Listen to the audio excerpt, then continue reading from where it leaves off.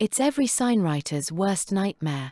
You arrive on site to do a job, and what at first seems to be a pretty normal painted surface, on closer inspection, reveals itself to be akin to a relief map of a lunar surface. So what do we do? Keep watching to find out.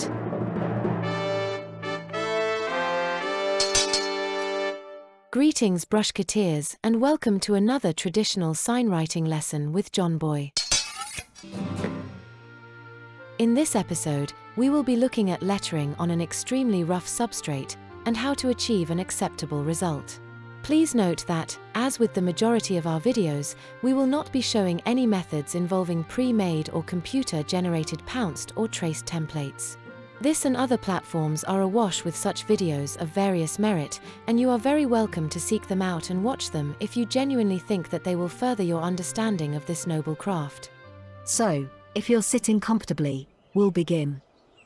The first thing to do, after having roughly chalked out the layout, is to establish the most suitable brush for the job, and in this particular case, as a rigger, or an angled fitch will not quite cut it, it is advisable to choose a well-worn lettering pencil or quill. In this case, a small goose quill or number 4 lettering pencil is chosen. The next thing is to determine the interaction between brush, paint, and substrate, and the only way to do that is to start painting. As you can see straight off the bat, it is not going to be possible to pull a stroke in the usual smooth manner on this surface, so we will have to try a different approach. Every surface will be different, and believe me, this one is a hell of a lot rougher than it appears on screen. Plus, the fact that it is recessed doesn't help matters, but as you will see, this can be turned into an advantage by utilizing the projecting lower edge as a rest, or stationary malstick if you will. We will also need to determine the optimum viscosity for the paint. Too thick, and it will drag across the surface. Too thin, and it will either run off or spread across the substrate.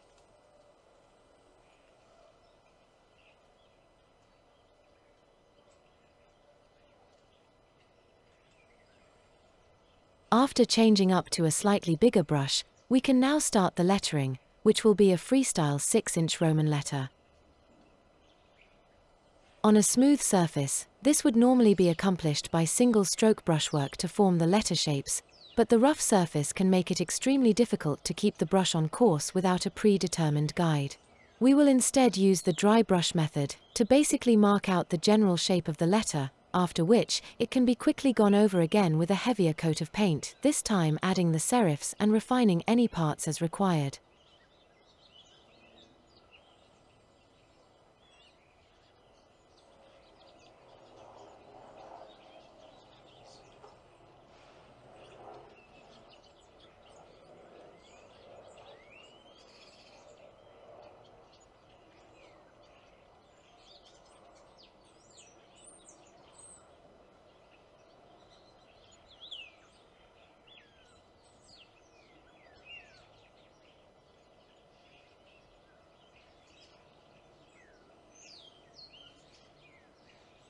Using the first letter to get the feel of everything and to ensure that you have chosen the correct brush and that the paint is flowing just right, we can carry on with the rest of the lettering.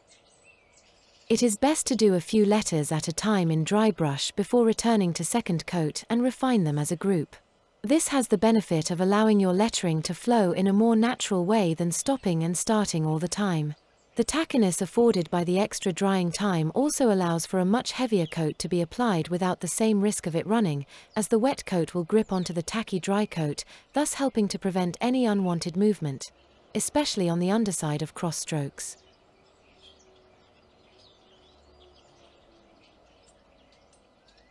Note that only the basic form of each letter is worried about with the initial dry brush, and once you get into the swing of things, you should find that when you no longer have to worry about the shape of the letter, the serifs will flow more naturally out of the refining stroke, which is also technically a defining stroke.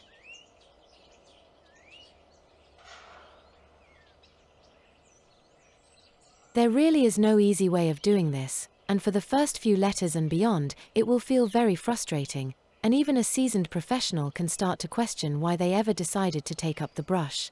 Every time that the hairs of your brush make contact with that horrible corroded surface, it will feel like you are banging your head against a brick wall, running around in circles, fighting a losing battle, etc., and you will start to think that all the money in the world could never be just recompense for what you are putting yourself through right now in the name of what has long been considered a dead trade. After all, you didn't sign up for this.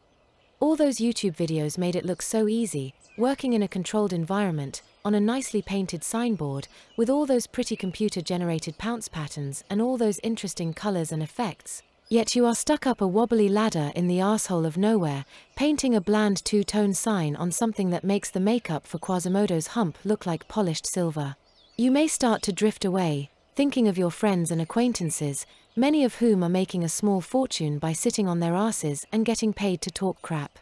You will want to be anywhere but here, stinking of terps, with freezing hands and an icicle hanging from your nose, when suddenly it will hit you like a crystal bullet. You chose signwriting. Signwriting did not choose you, and there is nothing you can do about it, apart from buckle down and do what you have always wanted to do, and are actually quite privileged to get the chance to do, because when you think of it, there are probably more brain surgeons on this little blue planet than there are signwriters.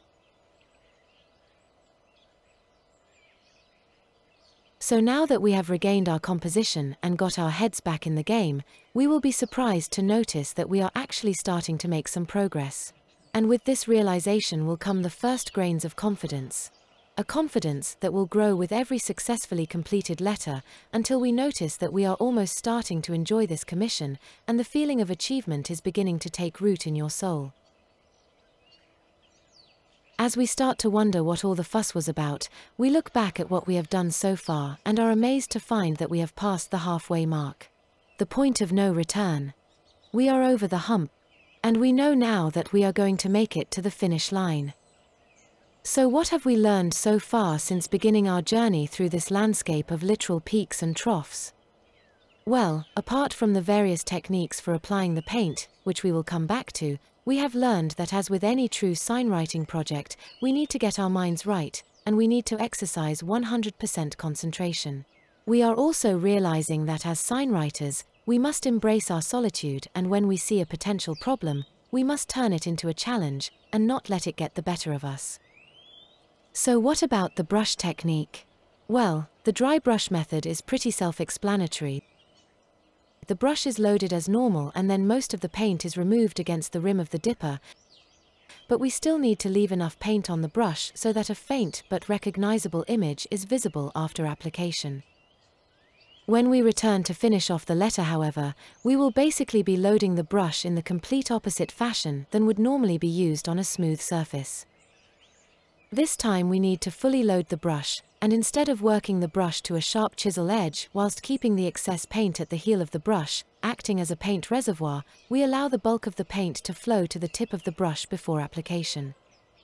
This will allow for a smoother operation against the roughness of the substrate, and as already referenced, the tackiness of the dry brushing will prevent it spreading or running, with help from the phenomenon known as surface tension. From a signwriting perspective, rough surfaces can take many forms, and each one will present its own set of challenges and require its own special choice of brushes to complete. But what makes the surface in this video so different and worthy of its own video, I hear you ask? Well, the main thing that sets this heavily corroded steel beam apart from other rough textured surfaces, such as certain types of concrete, plaster or rough-hewn wood, is the glossy painted finish, which practically precludes the use of a stiff-haired brush. Couple this with the need to retain an extremely delicate touch in order to avoid excessive paint buildup on the relief on this surface, and this pretty much negates the use of such brushes which would normally come into their own on slightly absorbent substrates. This scene showing the completion of the lettering has been left unedited in order to show the amount of extra work involved in creating what would normally be a very simple operation to letter a street number within a circle, and if this was on a nice smooth sign, could probably be created using a maximum of around 15 strokes of the brush in total. Please feel free to try and count the number of brush strokes required to accomplish this one for comparison, and don't forget that the number of extra return visits to the dipper for paint replenishment should also be taken into consideration. All this will add significantly to the time required to produce this commission, and it can be difficult to foresee many of them when trying to determine a quote for the customer. And a word of warning.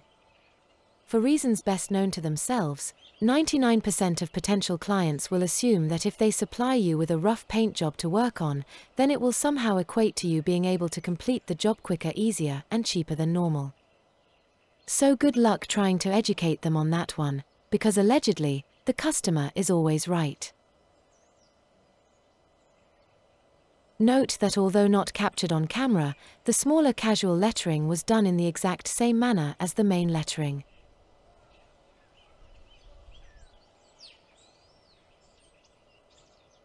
Now, as we approach the final leg of the lettering, we are almost overcome with an enormous sense of accomplishment and pride.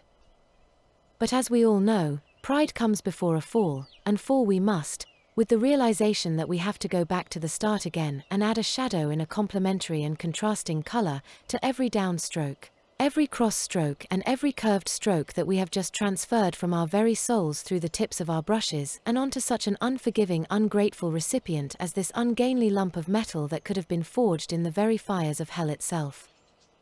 But fear not, brushketeers, we shall overcome. The most difficult part of our journey is over, and although we may not realize it just yet, the shading will be like a downhill cruise when compared with our dealing with the slings and arrows of the lettering. And so the shading begins. With the same brush and a similar method, we can start to apply an angled away shadow in a light blue, and almost immediately we can see a difference in paint-substrate interaction.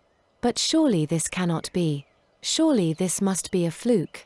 So we carry on regardless, still in experimental mode, and as we progress, we can definitely see and feel that this is going a lot easier than before. But how can this be so? After all, we are using the same brush, on the same rough surface as before, and with paint of a similar consistency. In fact, the only thing that is really any different is the color, and whilst light blue paint is a famously good covering color and not all colors behave the same on a signwriting brush, this feels somewhat different. As you can see, there is still the need to go back and fill in some missing areas, but it doesn't appear to require anywhere near the same level of refinement as the lettering.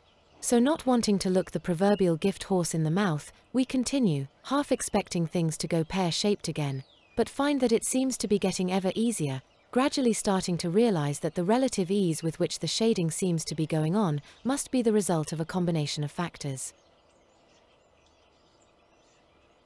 It is really only when we start to shade the main lettering that we can see what is really going on here. Firstly, we realize that since starting this job, we have continued to learn by our mistakes, and through the process of observing, adapting, and overcoming, we have just got better at it, without even noticing. And when we get better at something, it therefore follows that it will seem easier. The next thing that we notice is that this type of shadow requires that the brush be held at an approximate angle of 45 degrees to the horizontal, and this has a similar effect as an angled knife blade in that it focuses the energy towards a single point, thus causing less resistance. And last, but definitely not least, the close proximity of the right-hand edge of the shadow to the left-hand edge of the lettering strokes is subconsciously registered in our brain, and transferred to our brush and onto the substrate, effectively creating an imaginary line to follow. Oh brushketeers! Oh we happy few! That concludes this episode, and we can only hope that you have enjoyed it, so all that is left is to bid you farewell and to remind you to consider liking the video and subscribing to the channel. You never know. You might just learn something.